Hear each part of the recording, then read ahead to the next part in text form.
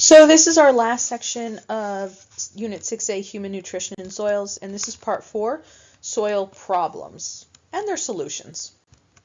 So soil problems really start with soil erosion, the wearing away of soil from the land.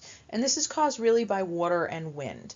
And it's a huge problem because it causes a loss in the soil fertility, and these nutrients are eroded, which means we have to add fertilizers into this soil now to create more plants and fruits, vegetables. The other issue with this is then we actually have less nutrients in the food that is grown in this soil. So this is accelerated by poor soil management practices, of which we have a huge amount of soil management practices that are very bad in the U.S. So if you look at this shows you moderate soil erosion is in yellow. Okay, so Great Plains in the U.S., moderate soil issues. Okay, most of Asia, upper part of in the Middle East, you've got lots of soil erosion. Same thing over here, Australia. Then your severe is your green, which makes no sense to me that next is the green color. So then this is the kind of as you're going towards the west coast in the U.S. And then your red is your very severe. So you have your very severe right now, west coast, huge drought going on. Okay. Down here you've got South Africa, you've got these smaller areas where it's very severe. So soil is eroding faster than it's forming on more than 1/3 of the world's cropland, which is very bad. And this is just a general, it tells you that where there's some serious concern, where there's some concern, and then where it's stable or non-vegetative. If you're looking at here, you've got Greenland, non-vegetative. You've got most of Russia and Siberia, non-vegetative. The same thing up here. Okay, and then you have stable areas like, most of Florida and here, the Sahara Desert, non-vegetative. Some of these issues we have are salinization, waterlogging. Salinization is where the salinity goes up, so the salt level goes up. So your irrigation water contains small amounts of dissolved salts because usually your irrigation water is coming from it being pumped up from the ground. So once you're getting the irrigation water onto your fields, you have evaporation, and your salts that are naturally occurring in that groundwater don't evaporate. They leave the salts behind. Salt builds up in soil, overwatering, and what you get is salinization. The soil becomes too salty for things to grow. Waterlogging is when you have precipitation and irrigation water that percolates downward, and you have a water table that actually ends up rising, and you can see here, and it ends up actually, it actually ends up drowning the roots of the plant. Okay, you're overwatering, too much rain.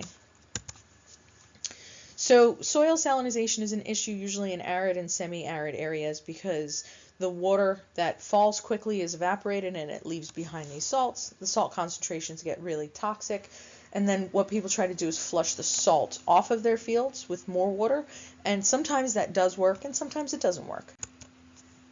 Desertification is basically you had once fertile area and then it becomes a desert. So you go from this agricultural productive land and then you get this non-productive desert.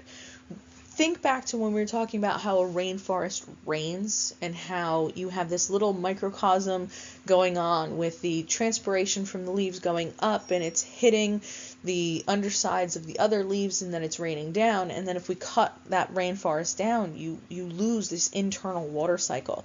And a lot of times when you cut down rainforests, you can plant some things, but you're not going to plant another rainforest. And what happens is you get a lot of rainforest that goes from the most productive biome in the world to this desert biome, which is the least productive biome in the world.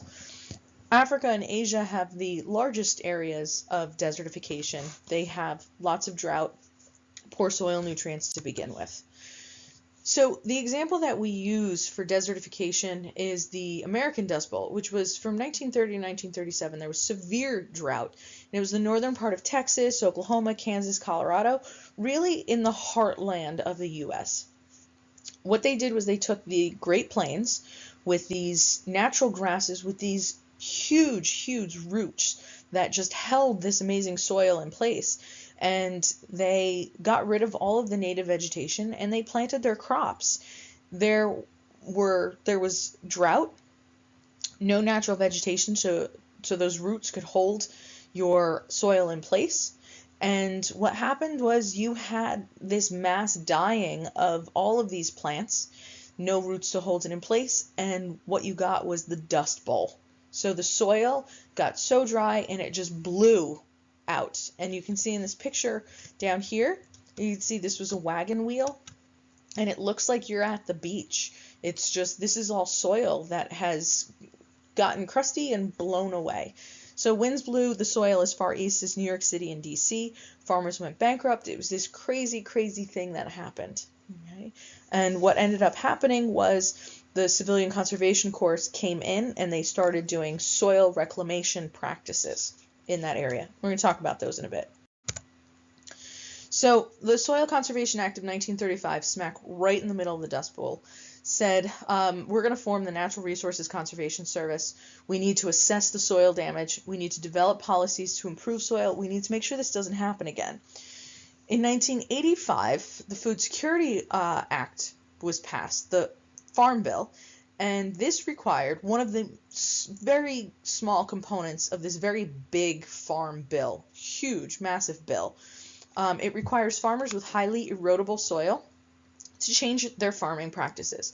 Said, hey, you're doing this, it's not sustainable, you need to change. And this sounds like it's something that's fabulous, but also some of these things aren't really enforced. Okay?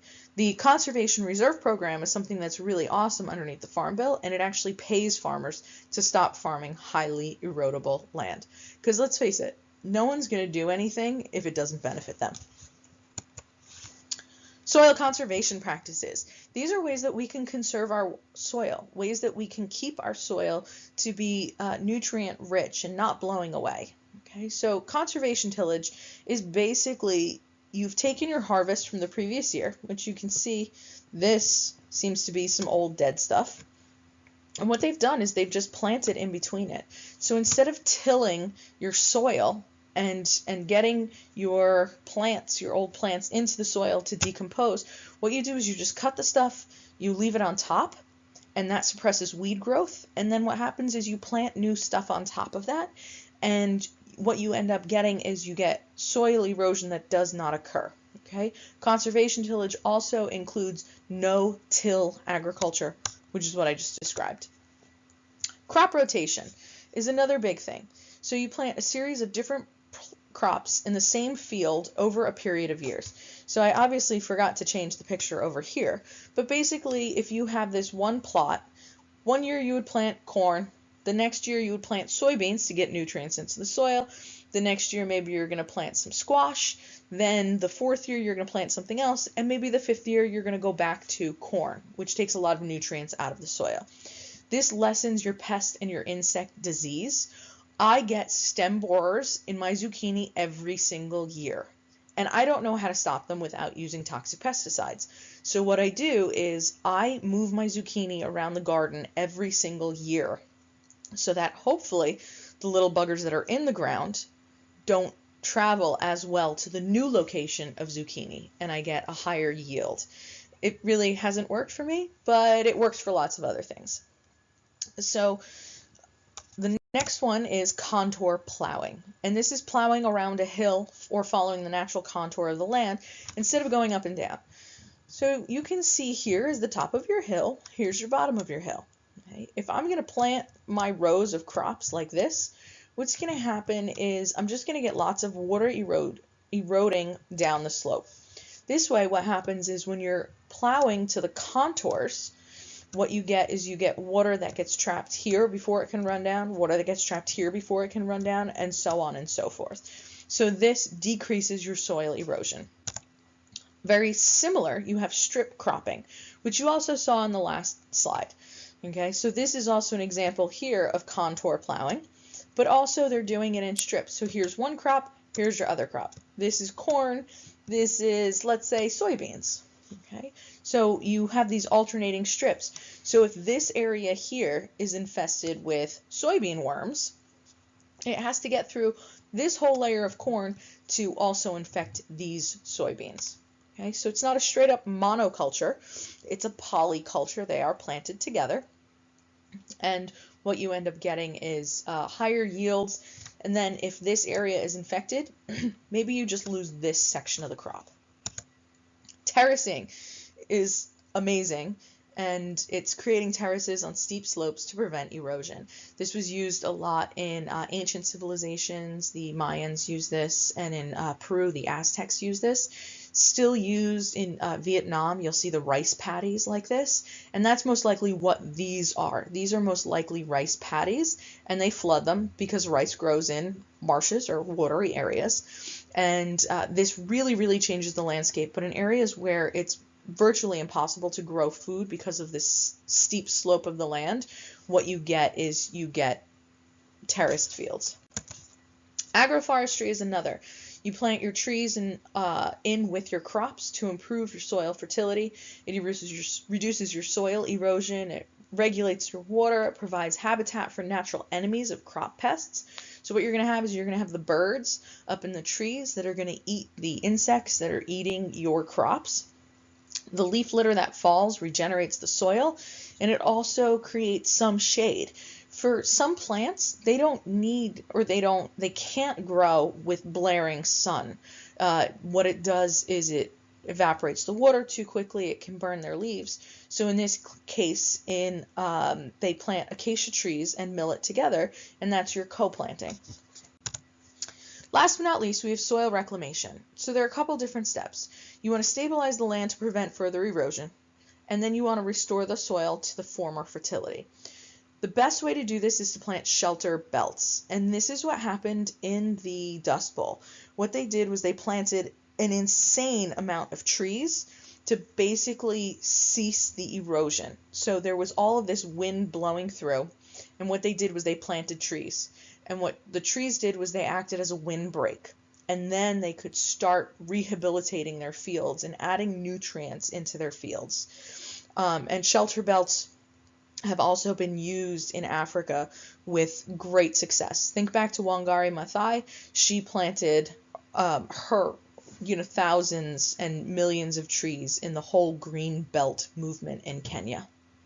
That's it.